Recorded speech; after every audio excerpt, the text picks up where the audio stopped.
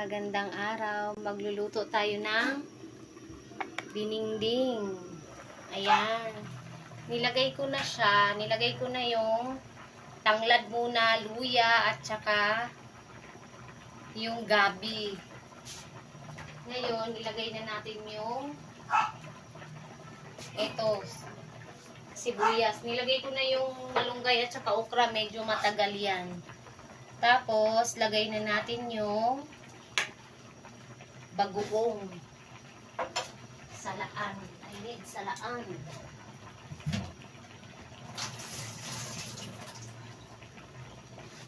Meron tayong bagoong isda. Ayan, lagay na natin ang ating bagoong isda. Okay na yan. Ayan. Sinala ako, wala din naman palang nasala. Malinis pala. Meron din. Sarap ng sarap ng bagoong.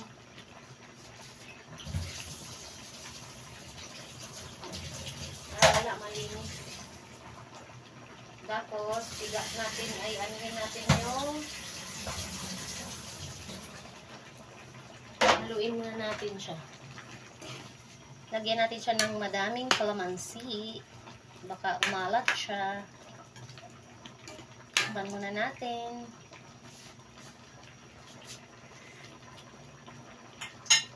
Tama lang. Anuhin muna natin yung gulay na Favorite kasi niya to. So, pinag-aralan ko kung paano lutuin. Sana nga matsambahan na natin ngayon. Niluto ko na to dati pero hindi ko matsambahan talaga. Dininding at saka bulang lang, parehas lang naman yata. Wala lang akong udlot ng yung ng kalabasa at saka bulaklak, pero meron ako na kabili ako nito. Patani. Diba? May patani, kumpleto 'yan. Hindi ko siya dinamihan ng sabaw kasi lang naman 'to eh.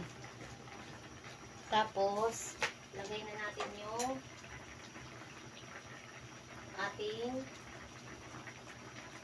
kamatis. Sinuli ko kasi yung kamatis kasi gusto ko may makain.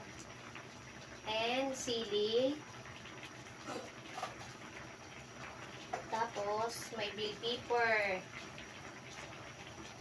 Ilagay na natin yung ating kalamansi. Wait lang ha. I-cut pa pala natin ito. Mga siguro 3, 4 na kalamansi.